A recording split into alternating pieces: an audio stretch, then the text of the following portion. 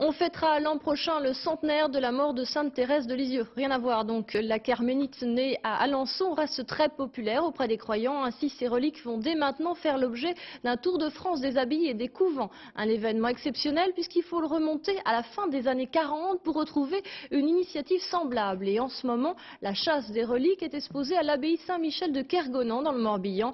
La ferveur est au rendez-vous, nous disent Pascal Coucy et Philippe Bauger.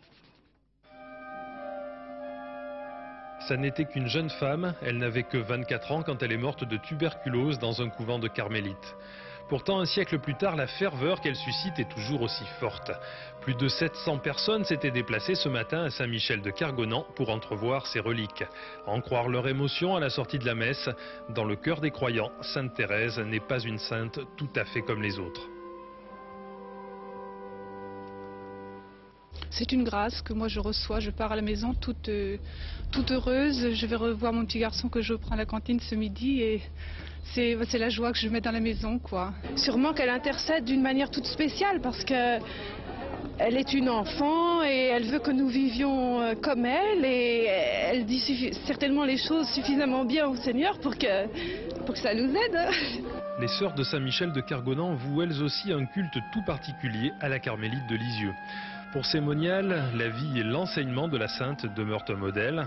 Mais même si la présence spirituelle est la plus importante, le fait d'accueillir ces reliques dans leur abbaye ne les laisse pas indifférentes. Les reliques ne sont pas plus importantes non plus que, bien sûr, que la foi elle-même. C'est la foi qui est importante et les reliques sont importantes dans la mesure où elles peuvent aider, susciter cette foi, bien sûr.